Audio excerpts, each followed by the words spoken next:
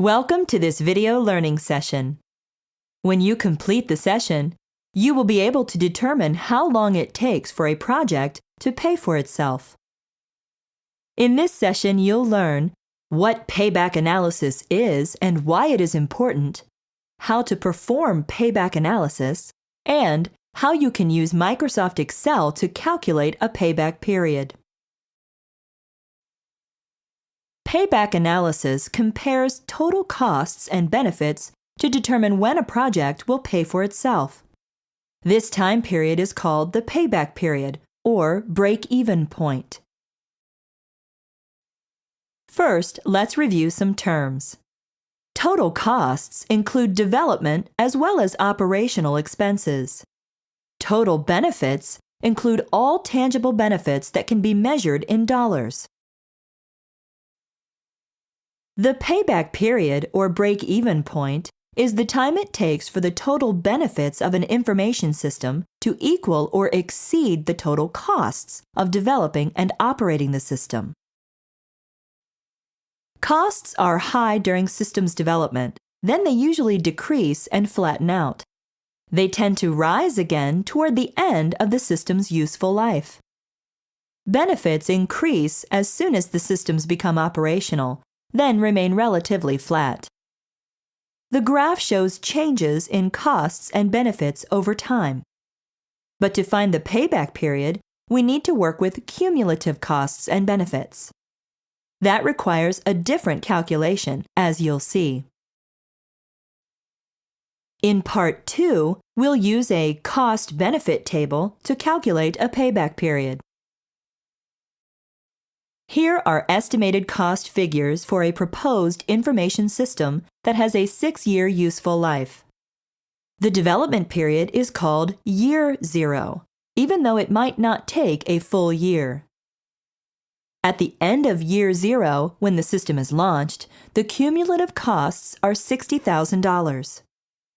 Now we'll calculate cumulative costs for years 1 through 6.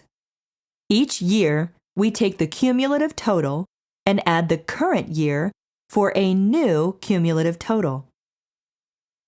Let's continue the process and fill in the rest of the totals.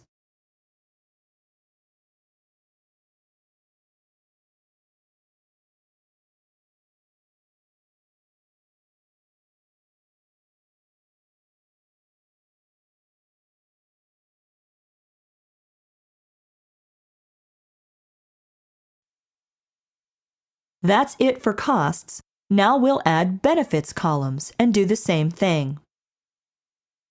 The payback period is when the cumulative benefits equal the cumulative costs of developing and operating the system.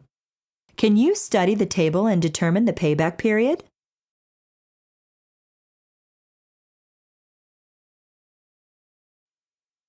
It might be easier to focus only on cumulative totals.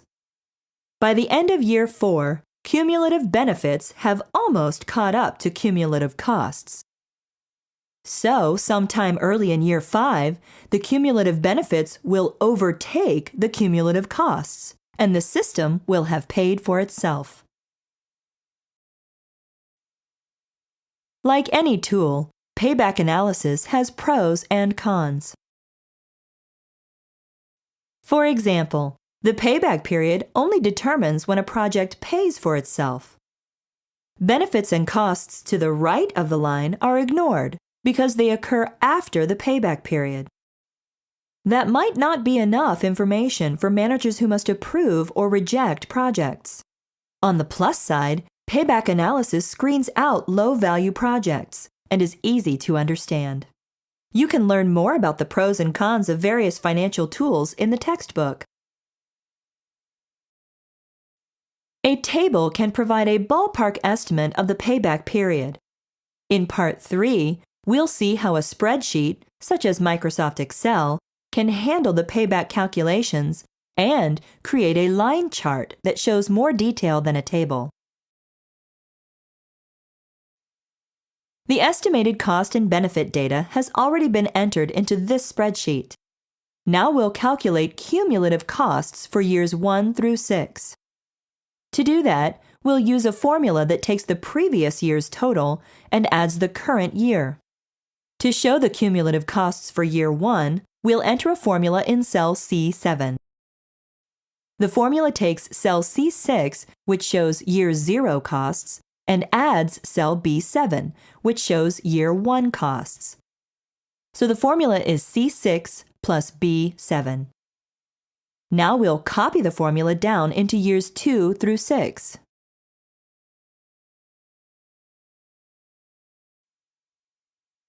We handled the cumulative benefits the same way. Now the spreadsheet resembles the table we created earlier.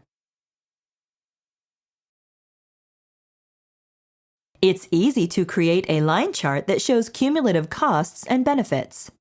First, select the cumulative costs cells. Then press the Control key.